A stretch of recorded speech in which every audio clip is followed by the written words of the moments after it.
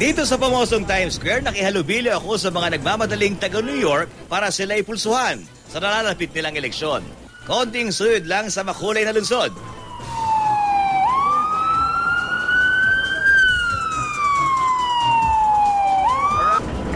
At ilang Pilipino na aking nakilala.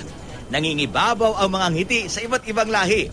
Sila nang aking inabala para malaman kung ano-ano ang mga kapasipansing pagkakaiba ng eleksyon dito at sa Pilipinas. Bulgar sila eh.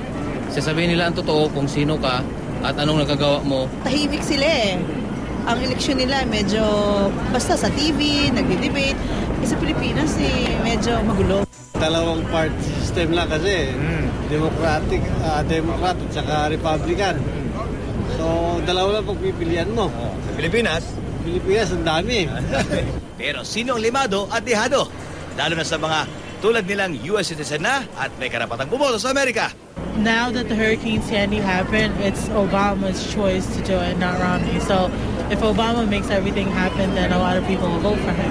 Ano ba gusto mo? Si Obama o si Mitt Romney? Obama. It's nice. Marami na frustrate kay Obama kasi yung mga pinaramis niya nung ma-elect siya, hindi nag-materialize. Di ko tuloy mapigilan ng sarili. Ano naman ang ating pake sa eleksyon din eh? Makakatulog talaga ang US sa Pilipinas kung very open din ang Philippines.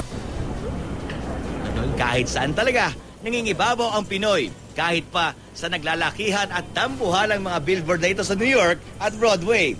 Kaya sa billboard na ito, na rin ako magpapaalam sa inyo. Mula rito sa New York, USA, ako si Michael Badi ng inyong saksi.